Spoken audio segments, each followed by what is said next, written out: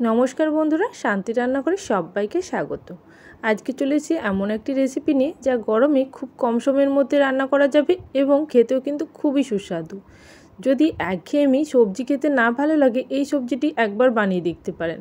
পেঁয়াজ এবং ক্যাপসিকাম দিয়ে এই অসাধারণ সুস্বাদু একটি রেসিপি রুটি, পরোটা কিংবা ফ্রাইড রাইস কিংবা ভাত সব কিছুর সঙ্গে এই রেসিপিটি ভালো লাগবে। চলুন তাহলে দেখে নিই আজকের এই রেসিপি বানাতে কী কী লাগছে এবং কিভাবে বানাচ্ছি। এখানে প্রথমেই আমি পেঁয়াজ এবং ক্যাপসিকাম ভালো করে ধুয়ে পরিষ্কার করে নিয়ে এইভাবে পেঁয়াজের ছালটা ছাড়িয়ে নিয়েছি এবং পেঁয়াজটাকে এইভাবে ঝিরিঝিরি করে কেটে নেব। পেঁয়াজটা অবশ্যই এইভাবে কাটতে হবে এবং সঙ্গে ক্যাপসিকামও এইভাবে কিন্তু স্ট্রাইপ করে কেটে নিতে হবে। এখন আমি পেঁয়াজ কাটার পর ক্যাপসিকামটা কেটে নেব। ক্যাপসিকামটা কাটার সময় এইভাবে কিন্তু ক্যাপসিকামের ভেতরের বীজগুলো এবং মাঝের অংশটাকে বাদ দিয়ে দিতে হবে। তারপর ক্যাপসিকামগুলো স্ট্রাইপ করে কেটে নিতে হবে। এখানে সবজিগুলো একই রকমভাবে কাটতে হবে। এই দুটো সবজি এখানে লাগবে, আর কিছুই লাগবে না। আর শুধুমাত্র কিছু মশলা বা কিছু স্পাইস, এই সমস্ত কিছু দিয়েই কিন্তু রান্নাটা হয়ে যাবে। এখন দেখুন এইভাবে কিন্তু আমি ক্যাপসিকামগুলোকে কেটে নিয়েছি। এবার পেঁয়াজ এবং ক্যাপসিকামগুলো একসঙ্গে নিয়ে নেব। একটি পাত্রের মধ্যে আমি ক্যাপসিকাম এবং পেঁয়াজ একসঙ্গে নিয়ে নিয়েছি। পাত্রটা যেন একটু বড় হয় সেদিকে কিন্তু খেয়াল রাখতে হবে। এখানে পেঁয়াজটা যেহেতু ঝিরিঝিরি করে কেটেছিলাম, সেইভাবে হাত দিয়ে এইভাবে কিন্তু স্ম্যাশ করে দিলাম যাতে পেঁয়াজের কলিগুলো আলাদা হয়ে যায়। এবার খুব ভালো করে পেঁয়াজ এবং ক্যাপসিকামগুলোকে এইভাবে কিন্তু আলাদা আলাদা করে নিলাম। এবার এর মধ্যে কিছু মশলা বা উপকরণ লাগবে, সেগুলো আমি রেডি করে নেব। এখানে লাগবে চিনেবাদাম বা যেটা আমরা মুংফলি বলি, সেই বাদামই কিন্তু ইউজ করছি। এখানে ভাজা চিনেবাদামটাকে আমি এইভাবে একটা হামাদিস্তার মধ্যে দিয়ে ক্রাশ করে নেব। এখানে চাইলে মিক্সিং জারের মধ্যে দিয়ে অল্প ঘুরিয়ে নিলেই হবে, তবে তাতে খুব বেশি মিহি গুঁড়ো হয়ে যাবে, তাই আমি এইভাবে হামাদিস্তার সাহায্যে করে নিচ্ছি। চাইলে শিলনোড়ার সাহায্যেও করা যেতে পারে। এখানে বাদামটা গুঁড়ো করা হয়ে গেছে। এবার এই বাদামটাকে আমি দেখিয়ে দিচ্ছি, দেখুন এইভাবে কিন্তু করতে হবে। একেবারে গুঁড়ো করলে কিন্তু চলবে না, একটু মুখে দানা দানা পড়বে, সেইভাবেই কিন্তু গুঁড়ো করে নিয়েছি। এবার এই ক্যাপসিকাম এবং পেঁয়াজের সঙ্গে দিয়ে দিলাম বাদামের গুঁড়োটা। বাদাম গুঁড়ো দেওয়ার পরে আরও কিছু উপকরণ একসঙ্গে মিশিয়ে নেব। যেমন এখানে কিছু মশলা বা স্পাইস লাগবে, যেমন এখানে আমি প্রথমেই দেব লবণ। এই রান্নাতে যে উপকরণগুলো দিচ্ছি সেগুলো কিন্তু একেবারে বাড়িতেই পেয়ে যাবেন। সমস্ত রান্নাতে আমরা এই সমস্ত উপকরণই ব্যবহার করি। এখানে প্রথমে আমি স্বাদ অনুযায়ী লবণ দিলাম। লবণের যেরকম আপনারা খেতে চাইবেন সেই অনুযায়ী দেবেন। আমি এখানে অল্প দিলাম, পরে প্রয়োজন হলে দেব।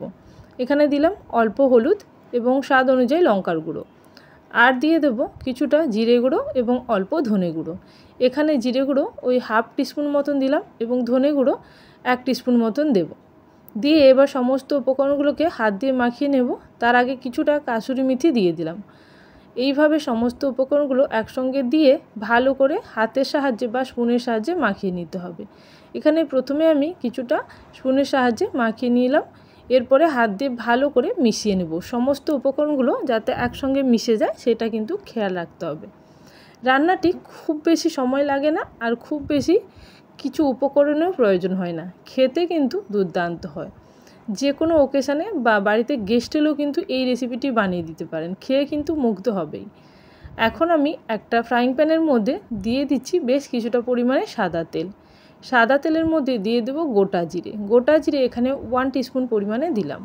এরপর এর মধ্যে আমি দিয়ে দেব কিছুটা কাঁচা লঙ্কা চেরা এবং সঙ্গে কিছুটা কুচি করে রাখা রসুন। এখানে যেরকম ঝাল খেতে চাইবেন সেরকম কিন্তু লঙ্কাটা দিতে পারেন। আমি এখানে 4টে মতন কাঁচা লঙ্কা চিড়ে দিয়েছি এবং সঙ্গে 5 কোয়া মতন রসুন কুচি করে নিয়েছিলাম, সেটা দিয়ে দিলাম। এরপরে দিয়ে দিচ্ছি কিছুটা লাল লঙ্কার গুঁড়ো।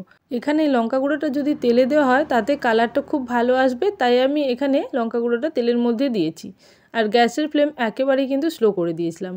এরপরে আগে থেকে তৈরি করে রাখা ক্যাপসিকাম এবং পেঁয়াজ মশলা মাখানো যেটা রেখেছিলাম আগে থেকে, সেটা আমি দিয়ে দিলাম। দেওয়ার পরে গ্যাসের ফ্লেম মিডিয়াম করে কিছু সময় নাড়াচাড়া করে নেব। কিছুটা নরম হলে এরপরেই কিন্তু দিয়ে দেবো ফ্যাটানো টক দই। এই টক দইয়ের মধ্যে আমি কিছুটা লবণ দিয়ে রেখেছিলাম।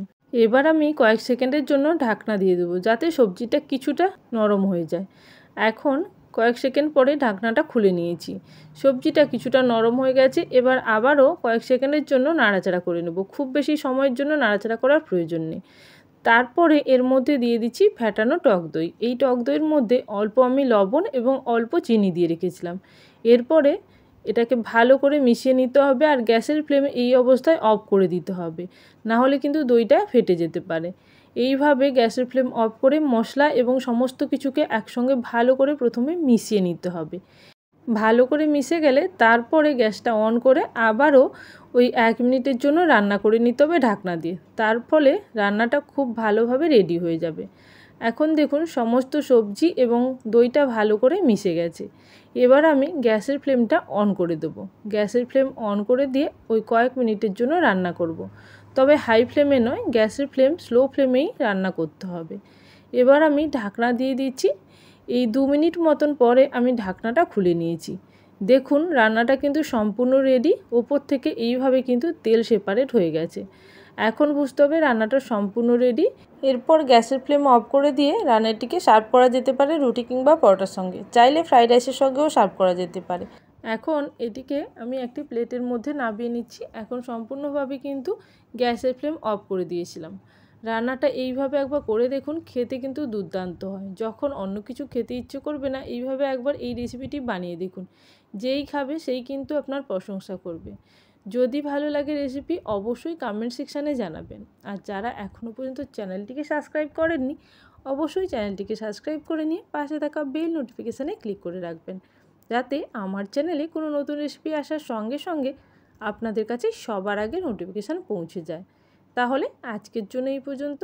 আবারও চলে আসবো নতুন কোনো রেসিপির সঙ্গে। ততক্ষণের জন্য সবাই ভালো থাকবেন, সুস্থ থাকবেন। Thank you for watching my video.